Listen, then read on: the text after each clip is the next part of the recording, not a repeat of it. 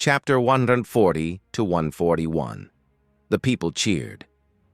It's difficult to believe that someone can still shine in such a dire situation, but perhaps that's why Caliburn chose him, Gawain mused, observing Shirou's posture as if he had caught a glimpse of a ray of light. They say he is a knight of the sun, with the radiance of the sun embedded in his body. Yet, in this moment, Gawain realized that the radiance he had always sought was something he had never recognized in himself. "Artoria!" Shirou called out. "Yes! Why are you just standing there? Take command of the troops." "Understood, my king." "Despite the dire situation, my king still trusts me," Artoria thought, feeling a surge of determination. She tightened her grip on her weapon, then drew the Caliburn and held it high. "Listen up, everyone," she commanded. "The basic strategy remains the same. Some of you will hold off the giants and lure them to the eastern mountains. Others will clear out the dead apostles, while the rest join in to lure them to the west. The remaining knights will fight this monster with me. Our goal is to prevent it from unleashing that devastating magical attack from earlier." "Yes!" Faced with the threat of annihilation, the army's maneuvering improved significantly. With their prior experience, they quickly lured the giants to the eastern mountains, while simultaneously leading the dead apostles away.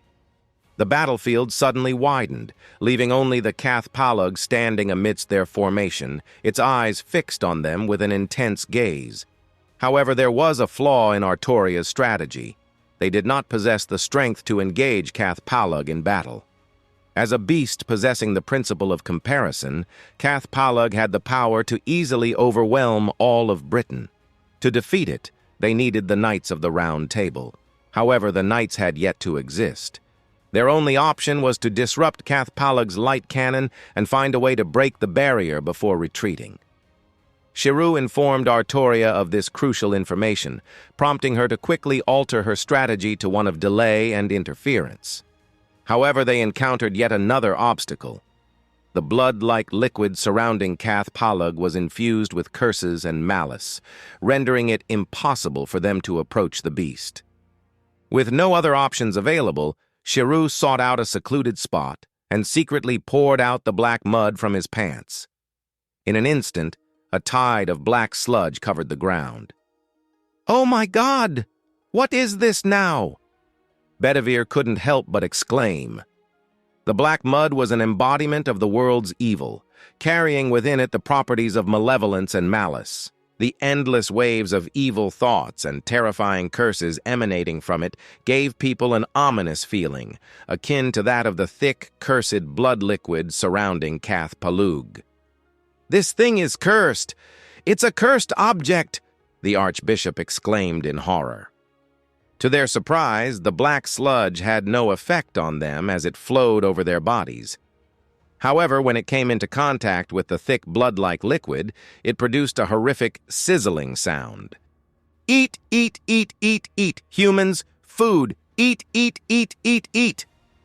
Rebellion, terror, destruction, deny, deny, deny, kill, kill, kill, kill, kill." Both evil were in confrontation. Sizzle!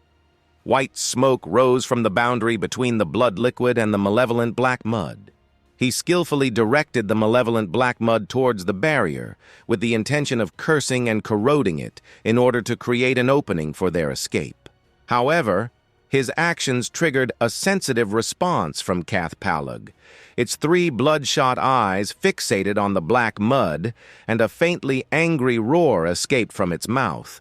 Suddenly, its body emitted a blood-red light, which gradually intensified until the strong blood light seemed to outshine the blood moon in the sky. "Not good! It's coming again!" Shirou's heart sank as he saw Cath-Palug's imposing aura. Artoria, Gawain, and others saw the bright light on Cath-Palug's body and knew that the same magical attack from earlier was coming again, so they quickly retreated. That kind of attack was not something that a human body could withstand. However, at that moment, Shirou raised his hands and projected 12 caliburn. He imbued them with magical energy, causing them to unleash 12 beams of light that condensed into a single powerful beam. The beam of light struck Cathpalug's face directly. Boom, boom, boom, boom, boom! Although the powerful beam of light failed to harm Cathpalug, it caught the beast off guard and struck its head. A towering column of blood-red light shot up from the beast's maw, extending towards the eastern mountains. Boom, boom, boom! The largest 40-meter mountain giant absorbed the attack, resulting in the destruction of its upper body. The cursed bloodlight corroded its body so severely that it was unable to regenerate. Cathpalug turned its head towards Shirou, its 3 bloodshot eyes fixated on him. It emitted a low, angry roar that shook the mountains and forests. He projected another 12 caliburn swords around himself and shouted at Gawain and the others who were stunned. "What are you waiting for? The black mud is keeping the cursed blood liquid busy. Interfere with it. Disrupt it. Don't let the beast continue to fire its light cannon." Although Gawain and the others were initially unsure of what the light cannon was, they quickly grasped the gravity of the situation. Drawing their swords, they surrounded Cathpalug without approaching it. They stood watchful, ready to launch an attack at a moment's notice if they suspected that the beast was preparing to unleash its light cannon again. However, Cathpalug paid no heed to the knights and instead directed all its attention towards Shirou. Its 3 bloodshot eyes glared at him with malice and killing intent. The beast's massive body moved with lightning speed, charging directly towards him. As Cathpalug charged towards Shirou, the black mud extended 2 massive hands that grabbed its abdomen. Countless black hands then began to wrap around Cathpalug's body, attempting to hold it down. However, as a 3-eyed monster, Cathpalug was not to be underestimated. The beast's strength was formidable enough to tear apart the black mud arms with ease, and it continued to charge towards him. Gawain and Lamorak attempted to intervene, but Cathpalug paid them no heed. It swiped them aside with its silver tail, slamming them heavily into a stone wall. With a sickening pew sound, they both spewed blood from their mouths. As Cathpalug continued to charge towards him with boundless power, Shirou's heart pounded with adrenaline. Clenching his teeth, he directed the 12 caliburn swords around him to unleash another fusion beam towards the beast. Boom! Boom! Boom! Boom! The beam erupted with a deafening roar of light. However, Cathpalug withstood the full force of the fusion beam and continued to charge relentlessly towards him. Shirou desperately commanded countless hands and swords made of the black mud to attack Cathpalug, but they proved futile against the beast's formidable defenses. The curse of evil had no effect on Cathpalug, and the grasping black hands could not impede the beast's movements. Despite being ineffective against Cathpalug's defenses, Shirou's attack managed to momentarily slow down the beast's movement. This provided a narrow window of opportunity for him to evade Cathpalug's charge by a hair's breadth. Feeling slightly relieved, he braced himself and prepared for Cathpalug's next assault. However, the beast no longer had Shirou in its sights. Instead, it had found a new prey by its side. The new target was a golden-haired girl clad in a gray cloak who claimed to be a magus. Shirou, however, recognized her as his dear older sister, Morgan Le Fay. As a famous witch, she must have a way to turn the situation around, right? However, the reality was far from his expectations. Her body was trembling, and she emitted a sweet yet fearful scent. The power of Cathpalug blew off her hood, revealing her lovely face. It was not Morgan Le Fay. It was Gareth! Gawain struggled to rise to his feet, but the ferocious blow from Cathpalug had left him winded and weakened. "Brother! Brother!" Gareth trembled with fear. She was a girl who had devoted herself to the study of Magecraft on the advice of her mother, Morgan Le Fay. However, in the face of imminent death, she felt a palpable terror wash over her. As Cathpalug opened its mouth, ready to consume the girl, a white figure flashed by. It was Artoria, who rolled over with Gareth in her arms and shielded her from harm. She tightly gripped the hilt of Caliburn, her eyes fixed on Cathpalug. Her delicate face was etched with determination, and her blue eyes radiated a sense of unwavering resolve. Gareth gazed in awe at Artoria's profile, marveling at the girl's beauty and bravery. As she looked upon her, a long-buried dream began to sprout in Gareth's heart. She had once admired her brothers for their knightly spirit, but her own dream had been drowned out because of her gender. Now, however, it was blooming once again. In that moment, Gareth knew that the path of a magus that her mother had encouraged her to follow was not the right one for her. She longed to be a knight, a noble knight, just like this princess knight before her. Ah! Cathpalug howled, and its body shook violently, turning into a shade of blood. It opened its giant bloody mouth and prepared to devour Artoria and Gareth. Shirou rushed towards Cathpalug, with the evil churning behind him. At this point, it no longer mattered whether he revealed his trump card or not. The most important thing was to survive. As the evil surged within him, he readied himself to project a mountainous great sword to slay Cathpalug.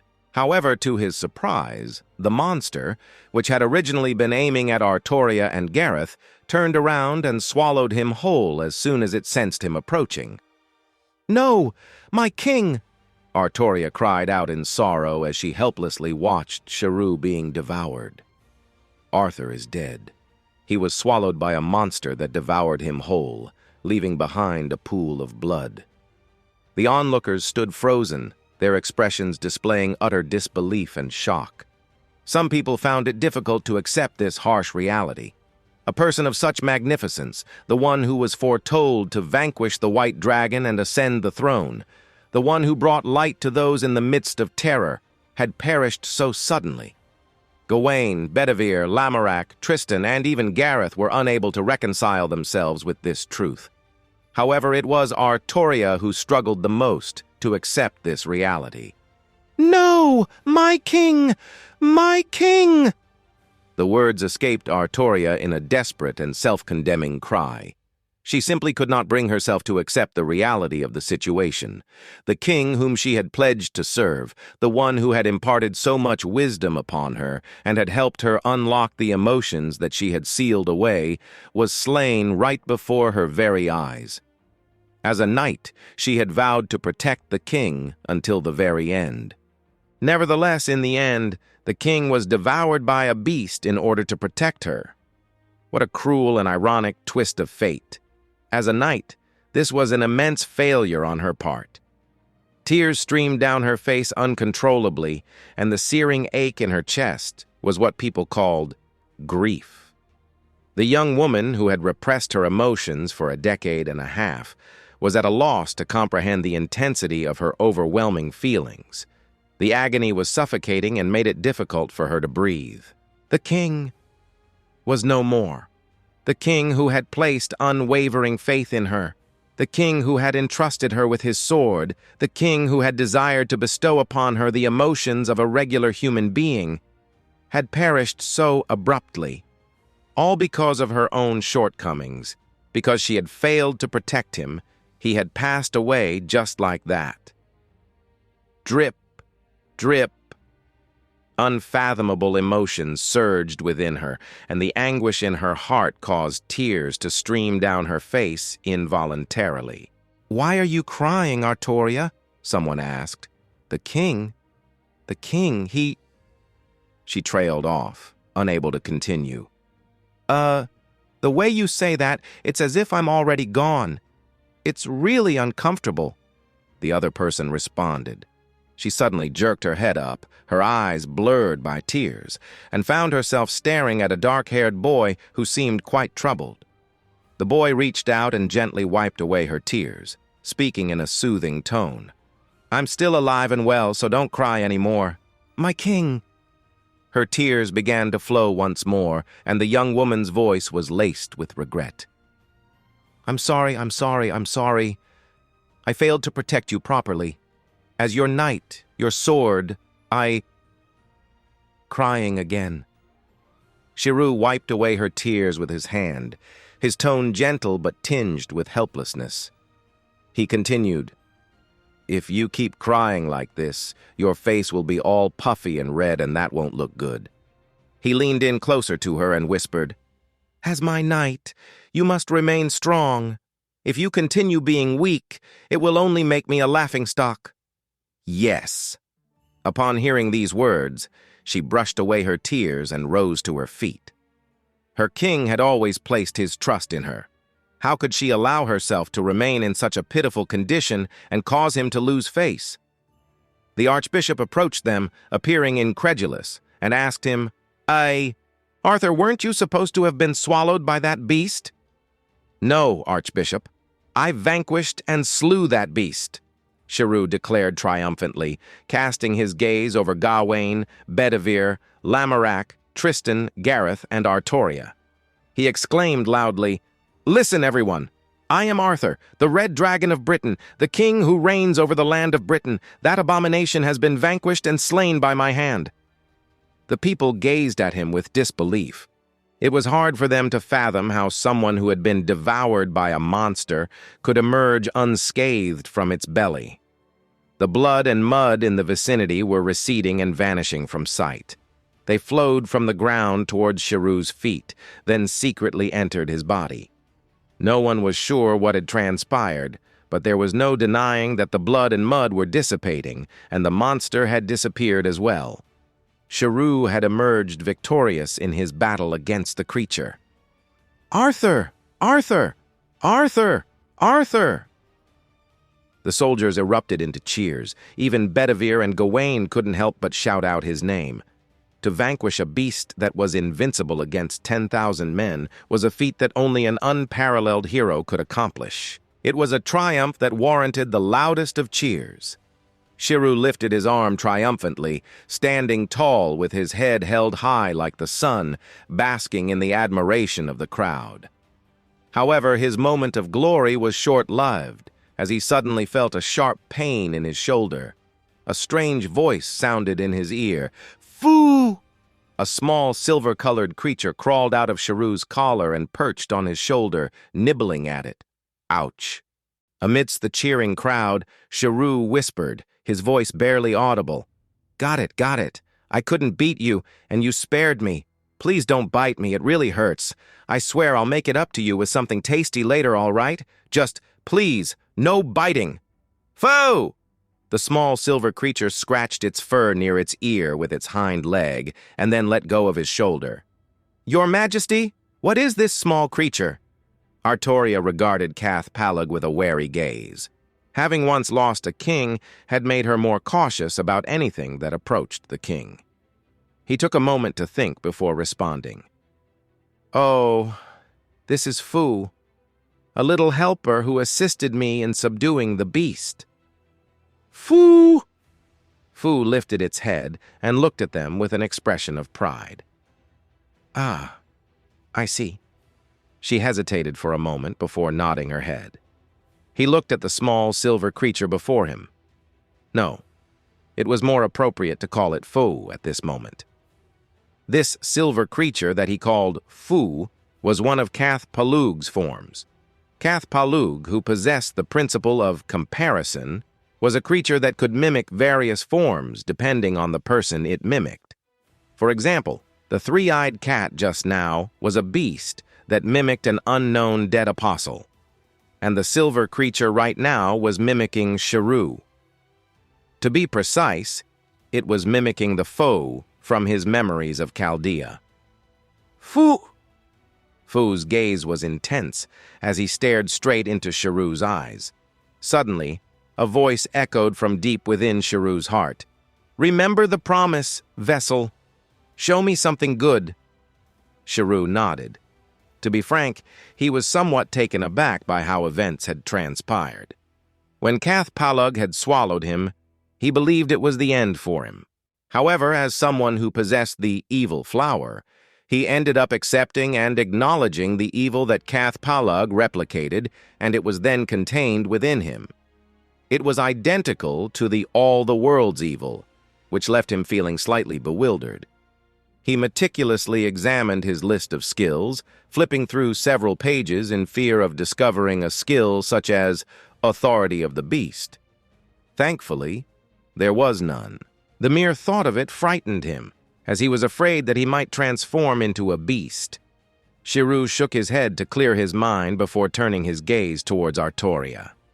Artoria, I entrust the command of the battlefield to you. Understood, she replied. With that settled, he strode towards the abandoned mine. She quickly stepped in front of him, her voice laced with concern. Your Majesty, are you planning to explore the mine alone? He turned to face her, his expression serious. Take care of what I've entrusted to you, Knight Artoria. She hesitated for a moment, her gloved hand tightening into a fist. Her blue eyes showed both worry and determination as she replied, I understand, Your Majesty. I'm not strong enough to protect the king. She bit her lip before taking command of the battlefield. Shirou had Gawain and the others stay with Artoria while he rushed into the mine. It was pitch black inside, but a faint blood-red light flickered in the depths. He wasted no time and quickly advanced forward. When he arrived at the center of the mine, he found no one there. Instead, he saw a strange, blood-red magic circle that was glowing and activating on its own. He glanced at Fu, perched on his shoulder, and asked, Fu, do you know who left this here? Fu. Fu. Although it's not my real name, I don't hate it. This is a magic circle left here by my original owner for storing food reserves. The voice in his mind made it clear that Fu was speaking. He furrowed his brow and asked, Your original owner left this magic circle for storing food reserves? Who is your original owner? I don't know what it's supposed to be, Fu admitted, its voice uncertain. I was just imitating it from the beginning. He frowned. When did you come here? I don't know, Fu replied with a shrug. In that form, I don't care about anything. He sighed, feeling helpless. It seemed that he couldn't get any more clues from Fu. He turned his attention back to the magic circle. The black mud surged out of him, swallowing and cursing it. By the way, human, Fu interrupted, her voice suddenly serious. What is it? He asked, looking at the small creature. Fu! Fu scratched the hair near her ear with her hind leg and spoke directly into Shirou's mind. Although you are a vessel, there is a limit to what you can bear. Be careful not to become like us by accepting too much evil. Shirou furrowed his brows as he thought about it. He had been wanting to ask for a while, but it wasn't until now that he finally voiced his question. I've been wanting to ask, what exactly is a vessel? The term had first been brought up by Merlin, and he was still unsure of its meaning. I don't know, Fu replied honestly. All I know is that you are a vessel. Okay, he sighed, his frustration mounting. Since Fu was imitating him, he knew she wouldn't lie to him. Fu rarely deceived anyone in the true sense. As they spoke, a faint sizzling sound filled the air, growing louder and more intense with each passing moment. Shirou's black mud destroyed the magic circle with a sickening squelch, the corrupt energy disintegrating the intricate sigils etched into the ground. Suddenly, his body began to convulse violently, as if an electric current was running through him. He let out a strangled cry as a massive, otherworldly intent descended from the magic circle onto him. It was neither good nor evil, but it exuded a palpable sense of hunger and desire. From a certain perspective, it felt like a predator eyeing its prey. The intent lingered on his body for what felt like an eternity before finally dissipating, leaving him panting and covered in cold sweat. What was that? That was that thing, Fu answered, her voice hushed. What thing? Shirou demanded. I don't know, Fu admitted, her voice barely above a whisper. All I know is that it took on a human form, and according to your human classification, it was a woman. Shirou's mind raced as he tried to make sense of what had just happened. Fu had imitated other party to become the three-eyed cat monster, but this felt different. This was something else entirely. He began to piece together what he knew. Dead apostle, obsession with blood, he mumbled to himself, deep in thought. As he continued to ponder, a name suddenly popped into his head. Wait, could it be Eclipse Princess of Black Blood, Altruge Brunstud? The very thought made his blood run cold. If it was indeed Altruge, then they were dealing with a powerful and dangerous enemy. Altruge Brunstud, like Arquaid, was created by the Crimson Moon to potentially serve as a vessel to prevent being influenced by Gaia or Alaya. However, unlike Arquaid, Altruge is a hybrid of a true ancestor and a dead apostle, and her unstable nature made her an unsuitable vessel. Altruge was created before the Crimson Moon was destroyed by the second magic, which means it was possible for her to exist in this era. While the White Beast is associated with Altruge in the Nasuverse and mimics her as the primate murder among the 27 dead apostle ancestors, there is a discrepancy. If Cath Palug is truly mimicking Altruge, it should take the form of a silver canine primate murder, not a three-eyed cat. Therefore, the entity that Cath Palug is imitating as a three-eyed cat must be something else. In this world of the 5th century, dead apostles, the 27 dead apostle true ancestors, and Alaya all existed. As Shirou contemplated a terrible hypothesis, he felt a cold sweat break out on his forehead. No. Could it be the Crimson Moon? He turned to Fu and asked, Fu, did anyone ever call the thing you're mimicking the King of the Moon, the Crimson Moon, or something similar? I don't know, replied Fu. I wasn't paying attention. Shirou let out a deep sigh and rubbed his temples, feeling a headache coming on. The timeline in the Nasuverse indicates that Arquaid was born in the 12th century, while the Crimson Moon was destroyed by the second magic in the 7th century, wiping out its physical body. However, it was currently the 5th century. This meant that it was the active period of the Crimson Moon, and Shirou felt a sense of suffocation as he broke into a sweat. The ancient era was too dangerous. He needed to quickly defeat Vortigern and return to the present. After destroying the circle, he stepped out of the mine. By this time, Artoria had already commanded her troops to clear the battlefield. When she saw Shirou emerge unscathed, she breathed a sigh of relief and rushed over to him, saying, My king, I have not dishonored your name. Well done! You truly are my knight. You're amazing! Shirou beamed as he patted her shoulder. Artoria, however, felt a pang of shame and lowered her head. No, she murmured. As your knight, I am still far from adequate.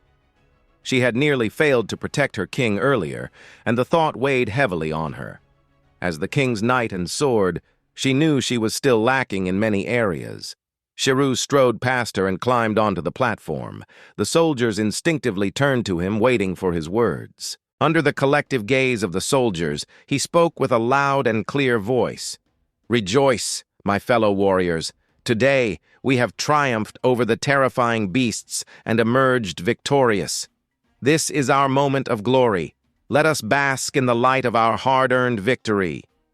To our victory! Our victory! The soldiers echoed his words, their voices ringing loudly across the battlefield. The magic circle had been broken, and the red moon disappeared without a trace. Instead, the brilliant sun hung high, showering Shirou with its warm golden light. He looked like a glowing otherworldly being to everyone who gazed upon him.